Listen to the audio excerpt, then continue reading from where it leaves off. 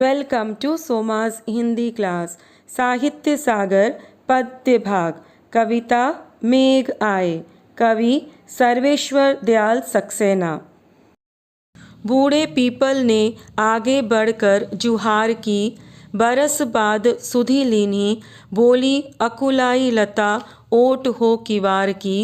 हरसाया ताल लाया पानी परात भर के, मेघ आए बड़े बन ठन के संवर के। शब्दार्थ। जुहार का अर्थ है झुककर अभिवादन करना। सुधि का अर्थ है खबर। अकुलाई का अर्थ है उत्सुकता। ओट का अर्थ है पीछे छिपना। हर्षाया का अर्थ है प्रसन्न। ताल का अर्थ है तालाब। किवार का अर्थ है दरवाज़ा। व्याख्या। प्रस्तुत पंक्तियों में कवि ने वर्षा ऋतु के आगमन का चित्रण अतिथि के आगमन के रूप में बड़े ही मनोरम रूप में किया है। जब गांव में कोई मेहमान आता है तो घर का बड़ा बुजुर्ग उसका स्वागत करता है, अभिवादन करता है। ठीक उसी प्रकार बूढ़े पीपल ने मेघों का स्वागत किया। गांव में पत्नी अपने पति के सामने नहीं आती, इसलिए कवि ने कल्पना की है कि लता किवाड़ की ओट में खड़ी होकर अपने पति को 1 वर्ष बाद आने का उलाहना देती है। अर्थात जल की बूंदों के लिए व्याकुल लताएं गुस्से से दरवाजे के पीछे छिपकर मेघ से शिकायत कर रही है कि वह प्यासी मेघ का इंतज़ार कर रही है और उन्हें अब आने का समय मिला है। अतिथि के चरण धोने का भी रिवाज है। कवि कहते हैं कि तालाब खुशी खुशी परात में पानी भर कर लाया, जिससे कि मेहमान के चरण धोए जाएं। मेघों के आने की खुशी में तालाब उमड़ आया है और उसके पास जितना भी पानी है वह उससे थके हुए मेघ के चरणों को धोना चाहता है।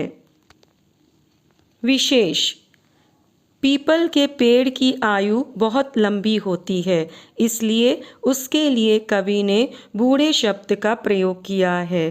भारतीय संस्कृति की झलक दिखाया गया है।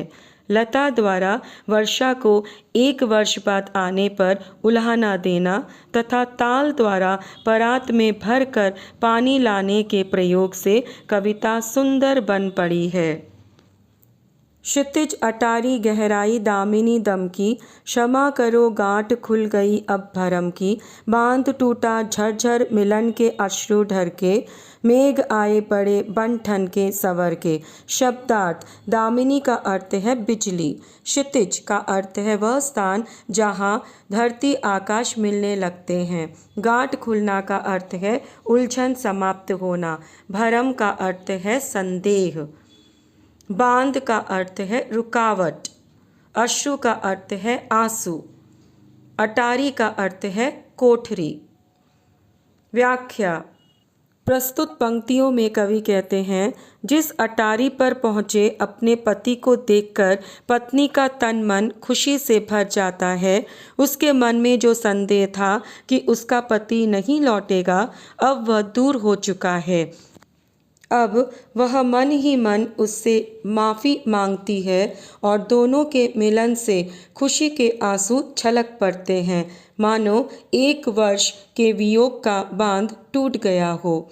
ठीक उसी प्रकार बादल क्षितिज में जा चुके हैं और ज़ोर ज़ोर से बिजली चमक रही है। क्षितिज पर छाए बादलों को देखकर धरती बहुत प्रसन्न है। उसका संदेह समाप्त हो गया है कि वर्षा नहीं होगी। बादल और बिजली के मिलन से झरझर पानी बरसने लगा है। धरती का आंचल भीग रहा है। विशेष। 1 वर्ष बाद मेघों के आने पर उसे उलाहना देने का चित्रण बहुत सुंदर है। धरती और आकाश वर्ष भर बाद मिल रहे हैं।